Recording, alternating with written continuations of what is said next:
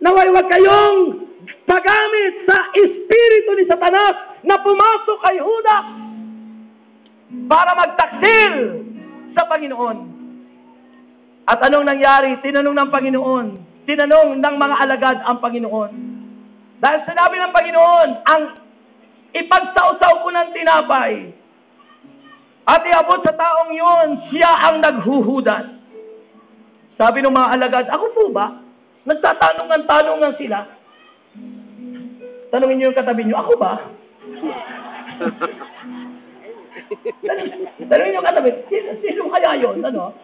So, nakita nila nung inabot yung tinapay. Alam niyo yung inabot? Alam niyo po, ang taong napupuset, hindi alam ang nangyayari sa kanya.